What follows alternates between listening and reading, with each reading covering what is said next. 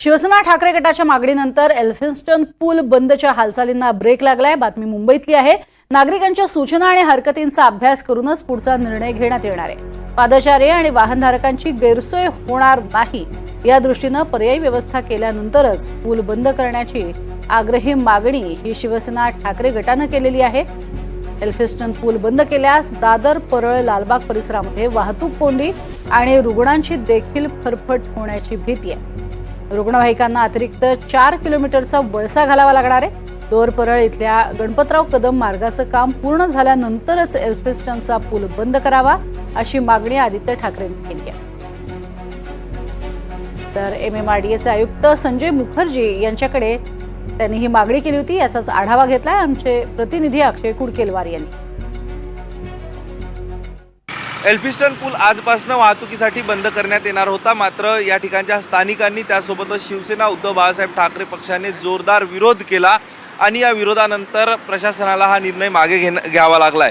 आपण सध्या एल्फिन्स्टन पुलावर आहोत आणि एल्फिन्स्टन पुलाच्या पुनर्बांधणीच्या कामासाठी आणि यासोबतच शिवडी ते वरळी उन्नत मार्गासाठी हा पूल बंद करण्यात येणार होता आणि हा पूल पाडून पुन्हा नवा पूल उभारण्याचा निर्णय MMRDAने घेतला होता आणि यासाठी तब्बल 20 महिने हा पूल बंद ठेवण्याचा देखील निर्णय घेण्यात आला होता आणि यासाठी पर्यायी मार्गाची जोरदार चाचपणी MMRDA आणि वाहतूक पोलिसांच्या माध्यमातून केली जाणार होती।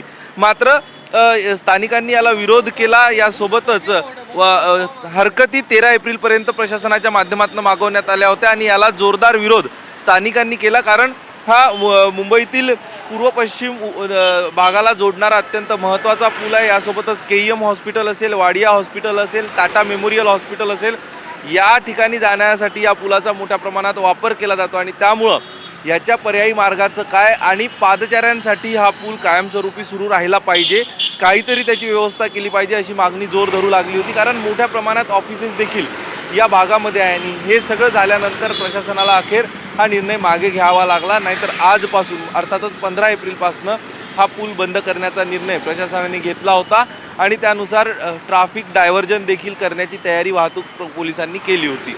मात्र या सगळ्या प्रकाराला आता खीळ बसली आहे। कॅमेरा पर्सन गौरव नाईकसह अक्षय कुडकेलवार, NDTV मराठी, मुंबई।